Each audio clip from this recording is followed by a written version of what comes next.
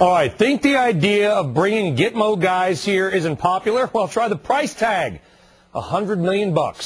That's how much the president wants to shut down the detention facility. Now an effort by House Republicans to block those funds has just been shot down. Congressman Frank Wolf of Virginia joining us now on Your World.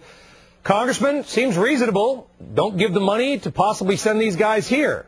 Why was it shot down?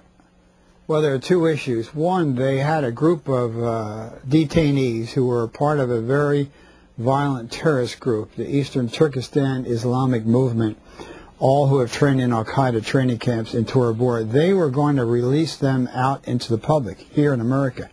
So that's one segment, and that's the concern we had today. We wanted to have a report on each detainee, how they were captured and everything about them. Secondly, they're going to move people like Khalid Sheikh Mohammed, who was the mastermind of 9/11. He was the one, if you recall, bragged that he beheaded Daniel Pearl. They were moving him and others here to the United States. One place they were looking at is Alexandria, Virginia.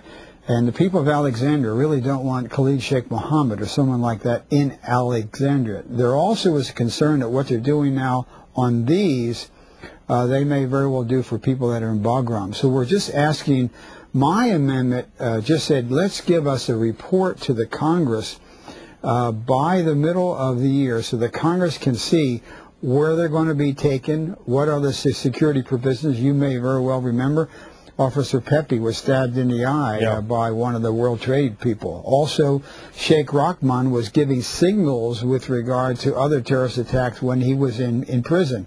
So we just wanted a report on each and every terrorist. What are you going to do with them? What is their background? Also, the local people should know what's coming to the neighborhood. So that's what we wanted to stop. Congressman, my parents should know we talked to her in Winchester, Virginia, so on behalf of my please don't allow that to happen. Don't want it to be that close.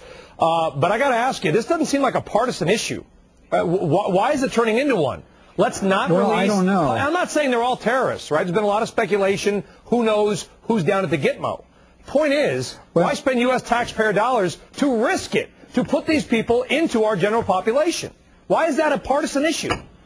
Well, it really shouldn't be a partisan issue. It unfortunately turned into a partisan issue today, and Mr. Obey, the chairman of the committee, sort of turned it into a partisan issue. The amendment that I had was a bipartisan amendment. We merely wanted a report. We felt that Congress should know who is coming and what are the security provisions made. Also, we wanted to have a complete report on anyone that they were going to release into the neighborhoods. The Uyghurs, they're talking about releasing some, perhaps even in Northern Virginia, but releasing around the country.